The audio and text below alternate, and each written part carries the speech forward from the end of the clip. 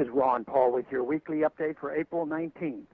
Last week, I introduced a very important piece of legislation that I hope will gain as much or more support as my Audit the Fed bill. HR4995, the End the Mandate Act, will repeal provisions of the newly passed health insurance bill that give the government the power to force Americans to purchase government-approved health insurance. The whole bill is rotten, but this provision especially is a blatant violation of the Constitution. Defenders claim that Congress's constitutional authority to regulate interstate commerce gives it the power to do this.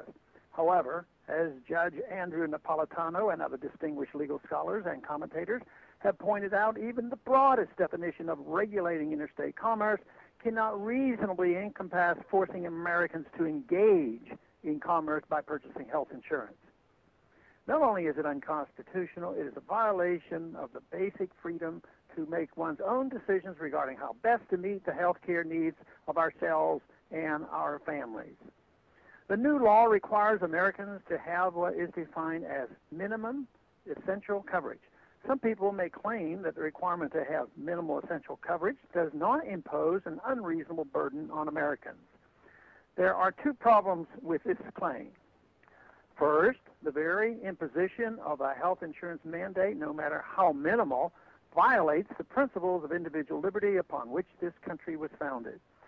Second, the mandate is unlikely to remain minimal for long. The experience of states that allow their legislatures to mandate what benefits health insurance plans must cover has shown that politicizing health insurance inevitably makes it more expensive.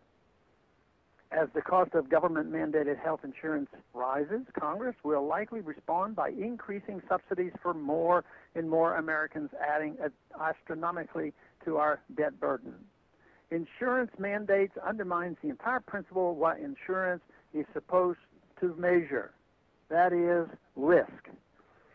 Another likely response to rising costs is the imposition of price controls on medical treatments and limits on what procedures and treatments mandatory insurance will have to reimburse. This is happening in other countries where government is intrinsically involved in these decisions and people suffer and die because of it.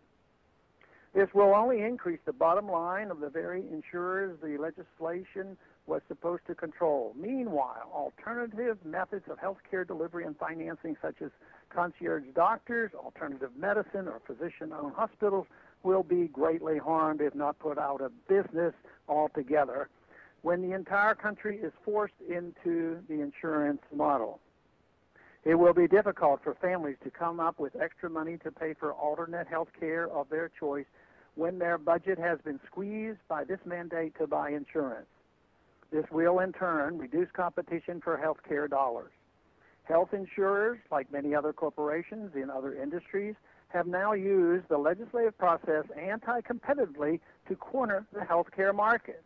Instead of calling this socialized medicine, we should call it corporatized medicine, since the reform is to force us all into being customers of these corporations, whether we like it or not.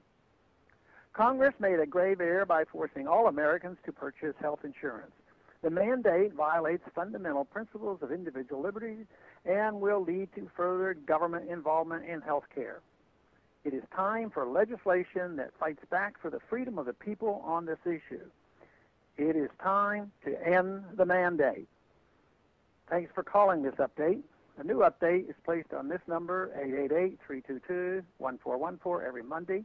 The written text can be found on my website, www.house.gov/Paul, under the heading Texas Straight Talk.